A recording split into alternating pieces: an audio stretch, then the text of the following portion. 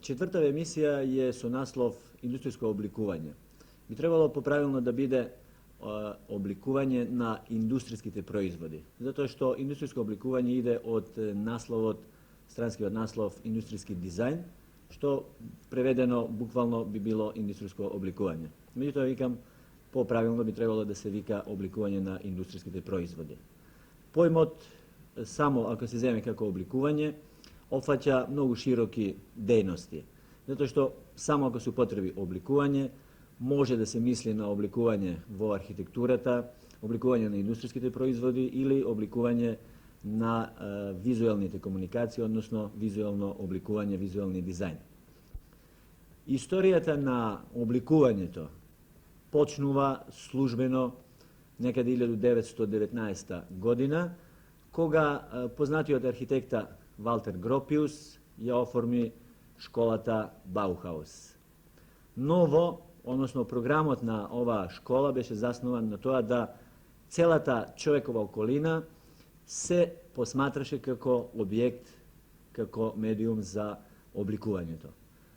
Prv pat toga, koga industrijata počne da se razviva, se postavljeni principi, odnosno počne da se razmisluva kako da tehnizirana ta civilizacija može na neki način so to oblikovanje da se na neki način humanizira.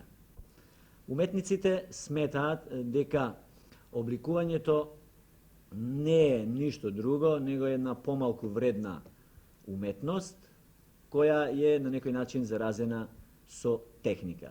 И тие за индустријското обликување, односно за обликувањето на индустријските производи, смета дека е тоа продолжување на некој начин на скулптурата само со други средства. Додека пак другата страна, страната на науката, односно инженерите, смета дека тоа е чисто научна дисциплина, односно инженерите или некоја врста на инженери, инженерите конструктивци, сметаат дека е тоа пропуст на инженерите конструктивци и би требало тоа да си дојде онаму каде што му е местото, значи да биде делатност на инженерите конструктивци. Во секој случај и на едните и на другите имаат право, а од друга страна и немаат право, затоа што обликувањето не може да се сведе нито на уметност, а не може да се сведе нито на чиста наука. Заправо во него постои нешто што е уметност, а тоа е заедничкото име што имаат во себе само естетиката, а од друга страна се каже дека не би смеело и не би можело да се употреби уметничка естетика во естетиката за обликувањето на индустријските производи. Од друга страна, па не може да биде ни чиста наука, макар да една гранка на научници настојуваат да тоа се решава чисто по математички методи, затоа што сметаат дека обликувањето на системите во ништо не се разликува од обликувањето на индустријските производи. Меѓутоа, кога доаѓа да се одреди естетската страна во обликувањето, тогаш тие нивните методи затајуваат и затоа не може да се рече дека е чисто и научна дисциплина. Значи има примеси и од уметноста, а има примеси и од науката. Почетоците на југословенското обликување на индустријските производи некаде, бидејќи рековме некаде околу 50-та година, може да се замисли какви резултати постигнувало. Зашто? Затоа што југословенската индустрија тога што туку беше излезена од обновувањето од ратот, разрушената индустрија, и во тие моменти било каков производ на пазарот беше добре дојден. Затоа што не се постуваше дали некој производ има убава форма или е добро обликуван, па да тој биде купен. Што излезеше на пазарот, тоа и се купуваше. Меѓутоа, денешната ситуација е сосем изменета. Индустријата наша од тој период па до денеска помина низ неколку пресудни фази и денеска се наоѓа во една ситуација кога таа на домашниот пазар се бори за свој опстанок, а исто така и на европските и на меѓународните пазари тежи да се вклопи со индустриите кои тамо действуваат. Од 1950 година па до некаде 65 година обликувањето се занимаваше воглавно со прашања за подобрување на формата на индустријските производи. И тоа во најголем случај се правеше на тој начин што некој надвор, обично надвор од фабриката, предлага некаква форма на некој производ, меѓутоа при ова не делувал убедливо, односно не делувал со аргументи дека таквиот производ ќе има и пласман на пазарот. Втор начин за подобрување на форма на некој производ бил кога купувачот сам ја дава и формата на производот. Ова е веќе нешто подобрена ситуација во смисла на тоа што оној кој го купува производот е задоволен со својот производ што веќе го нарачал и пласманот е на некој начин и обезбеден. Во дрвната индустрија, поточно во индустријата за намештај, која меѓу првите ги осети притисокот на ситуацијата на меѓународните пазари, а и на домашниот пазар, често иницијатива доаѓала од извозните предпријатија. Меѓутоа, ова иницијатива не се однесувала на целосно организирање, односно целосна измена и на службата за индустријското обликување, затоа што тие само нарачувале некаква измена на некој производ, додека технологијата на производството останувала старата, значи она што си веќе постоела и за претходните производи. На овој начин, производот кој нарачателот го нарачал, често пати стигнувал и трагично деформиран до купувачот, до крајниот купувач, затоа што, спомнавме, технологијата на производството останувала стара.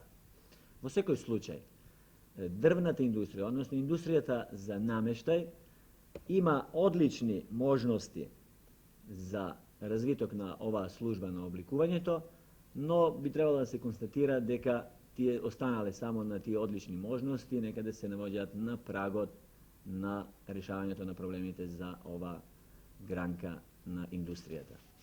Во индустријата за електрониката, која е наменета за широките потрошувачи, најосетно се манифестирало влијанието на странските пазари. Некои гранки или фабрики прифатиле дури и специфични влијанија на доминантни светски производители. Така, опремата за домаќинството се наоѓа под влијание на мометните трендови на производството во Западна Германија.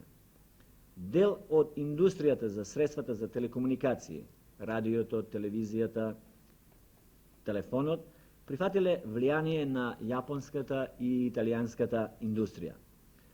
Постигнати се во оваа гранка доста добри обликовни резултати, кои на меѓународните, односно на светските пазари, би можеле да се споредуваат со познатите светски производи од втора или трета класа.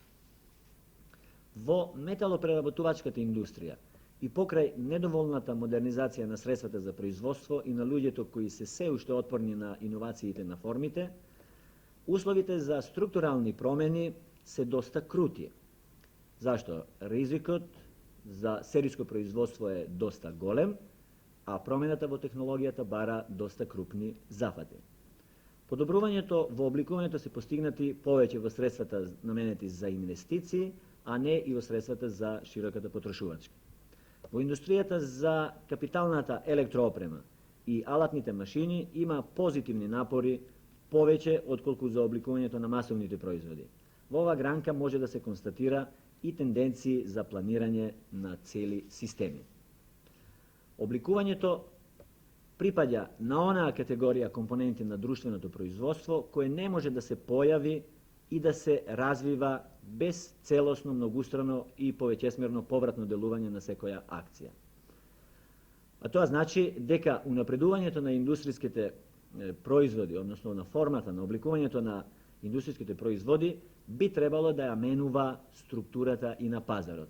Со други зборови речено, ако обликувачите прават производи кои имаат убаво обликовно решение, тие можат на тој начин да го подигнат вкусот на купувачот, па така подигнат вкус на купувач би требало со своите желби да повратно делува до обликувачите, а тие да прават уште поубави форми.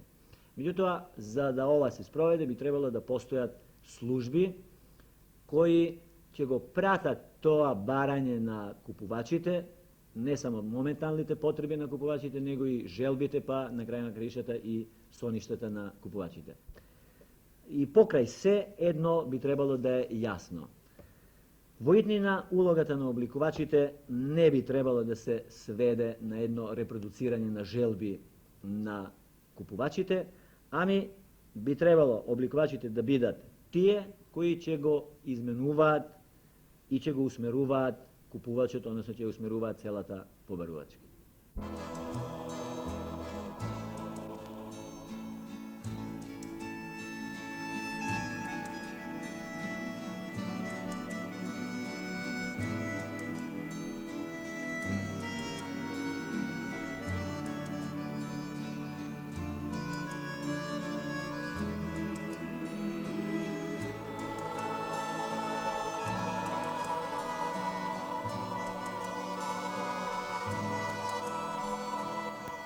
Насекаде каде што сме, дома, на работа, на одмор, насекаде и на секој чекор се среќаваме со индустријски производи.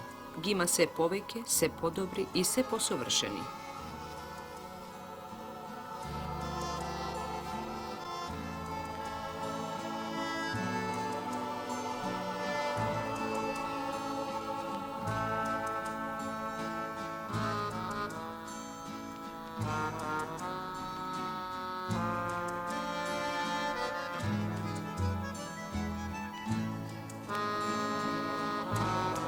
И техниката од ден на ден не изненадува со нови производи, што до вчера воопшто не сме ги очекувале.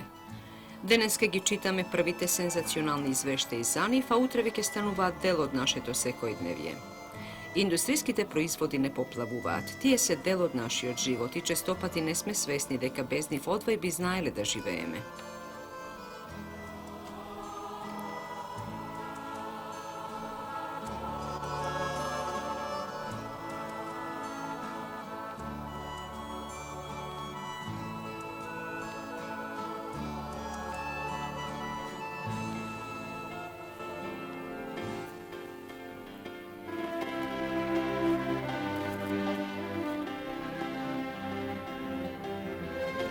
Но, впрочем, нашата цел не е да си позборуваме за фантастичниот технички напредок и за целата низа појави кои што се со него нужно на еден или на друг начин поврзани. Сакаме да ви го свртиме вниманието само на нешто што се повеќе станува битен дел на проектирањето, производството и рекламата и конечно на потрошувачката и употребата. Тоа е индустриското обликување, најмладото дете на индустријата и уметноста, кое што некаде се уште ниту едната, ниту другата не сакаат да го признаат за свое, а некаде покрај грижливи родители веќе полнокрвно живее.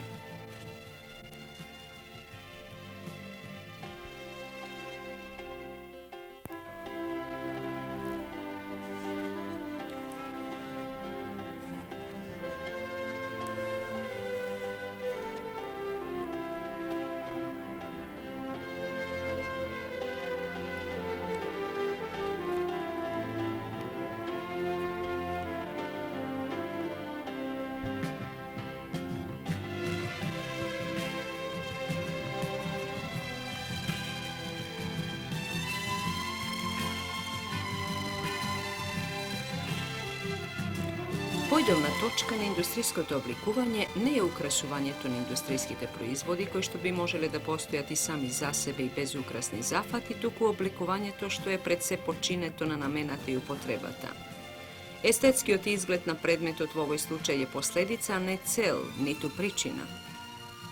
Правилово се разбира, не е без исклучоци и важи во помала мерка за предметите од стакло, керамика, за ткаенините и некои други материјали, пред се за оние што им се побитно подчинети на промените на каприциозно променливата мода.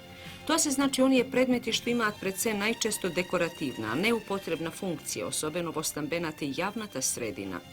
И покрај тоа, и тука уште зборуваме за индустријско обликување, барем заради тоа да не ги направиме поимите уште позамрсени одошто се, и уште заради тоа што од современиот уметнички занаед се уште го дели сериската изработка на машини. Значи, во индустријското обликување нема уникатно производство.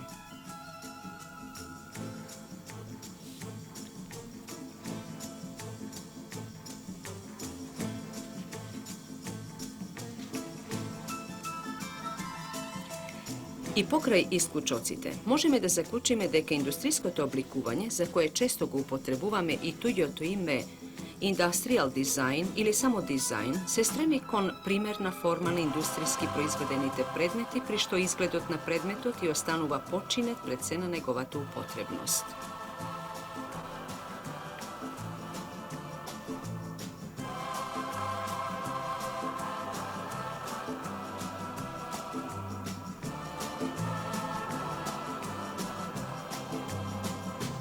Dobro je, ako go razlikuvame industrijsko oblikovanje od tako narečeni od styling, što približno bi go pravile kako stiliziranje.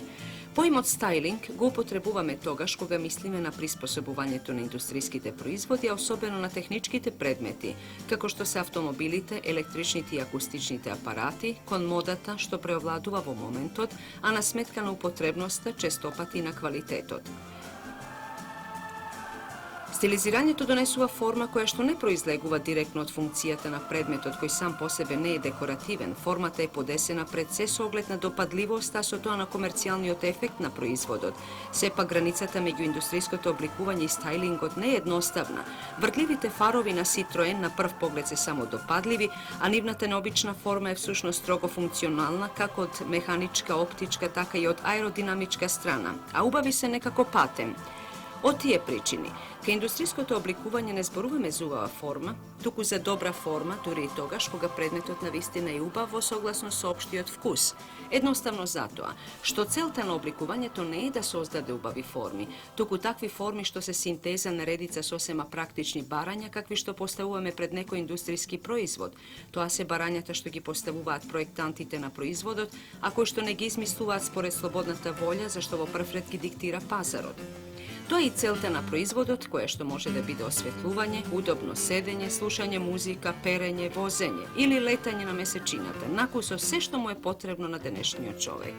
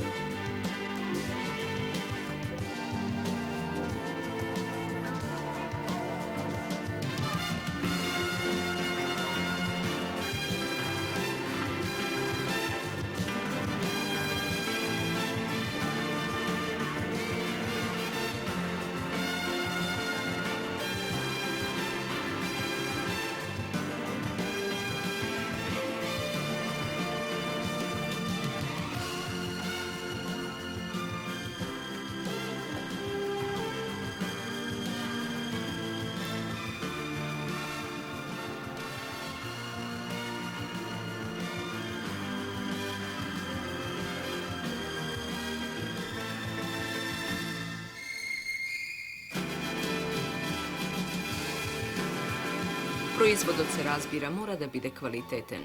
Ne sme da se rasipuva počesto sličnite proizvodi od ist vid. Opšto zemeno mora da bide dovoljno eftin, inako ne bi možel da im konkurira na nekoj može bi pološino pojeftini proizvodi. Se razbira treba da bide koliko što može pozgoden, za da ne umoruva bez upotreba rabotata s onego.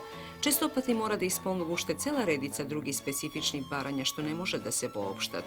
Duri kolik im odgovori na sitjetije baranja, možeme da rečeme deka proizvodot je dobro oblikovan.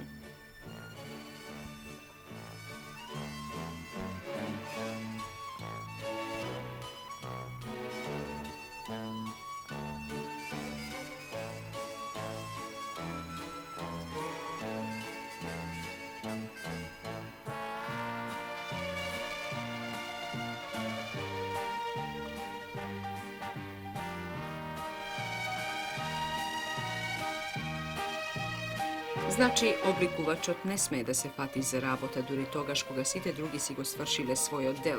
Negovate su rabotka je potrebna uštevo sami od početok i to i barem po osnova mora da gi poznava site karakteristiki na konstrukcijskata i tehnološkata postavka, za da može da su rabotova vo site fazi na sozdavanje to na projektot za odreden proizvod. Mora da vodi sметка за карактеристиките на материјалот, за конструкцијата, за начинот на употреба, уште повеќе се разбира и за продажбата, зашто производот треба кај купувачот да предизвика интерес побргу од што другите производи. Значи, обликувачот уште од самиот почеток има многу остро зацртани граници и можности за својот работен придонес. Ако сака на вистина да влијае врз добрата форма на предметот, неговото знаење и креативност мора да бидат на завидна висина. Такви луѓе нема баш многу, тоа го докажуваат излозите на нашите и странските продавници. Сепак и кај нас некои предпријатија веќе ја сватија потребата за индустријско обликување на нивните производи. Присуствуваме на краток филмски запис за тоа како настанува индустријскиот производ, во нашиот случај тоа е аматерски филмски проектор, од првите замисли изразени со модели преку производството до конечниот производ. Придонесот на обликувачот е добро видлив.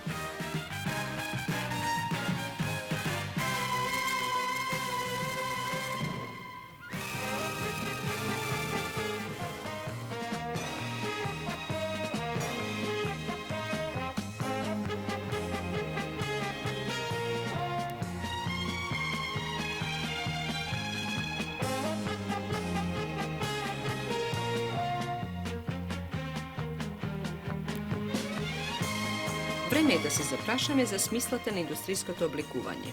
Зар е тоа потребно само заради полесната продажба? Или се работи за своевидна конкуренција на ликовните уметности? Или можеби за нешто друго?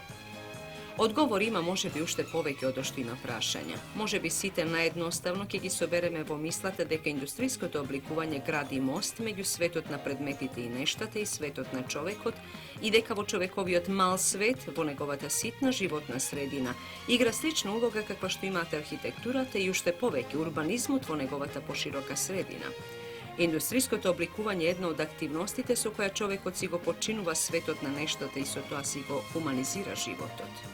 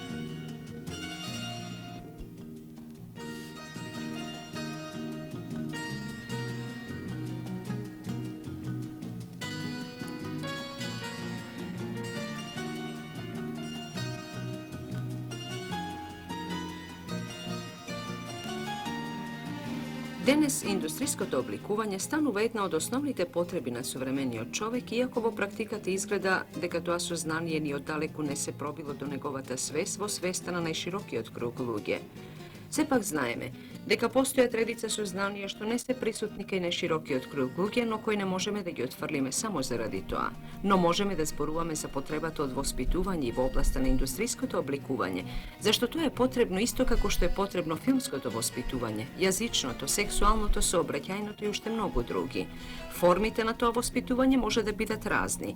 На многу места во светов, а особено во индустријски развиените земји, а и во оние што допрва сакаат да станат такви, постојат посебни институти или центри за индустријско обликување, чија задача не е или барем не е на прв поглед да водат сопствени бироа за обликување.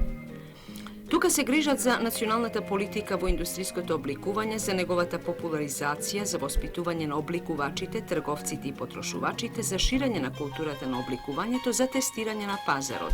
Се грижат за документацијата, за се што е во врска со дизајнот и уште со редица други работи, чија заедничка цел е што побрз и што подобар развиток на индустријското обликување.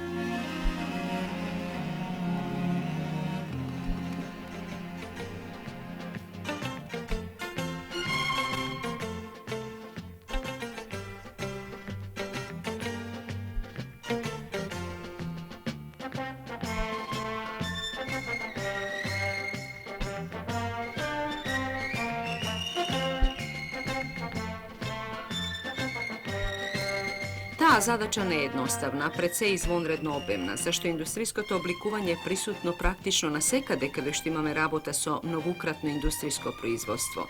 Затоа подрачјата на индустријското обликување се многу разновидни, од така наречените визуелни комуникации, значи од целокупното подрачје на печатарската графика што ја среќаваме и на телевизијата и на филмот, до редица производи на сите индустрии на крајни производи, од кои практично ниедна не е исклучена. Исклучени се само производите што се занимаваат со модата, која што пак е специфична област на човековото создавање.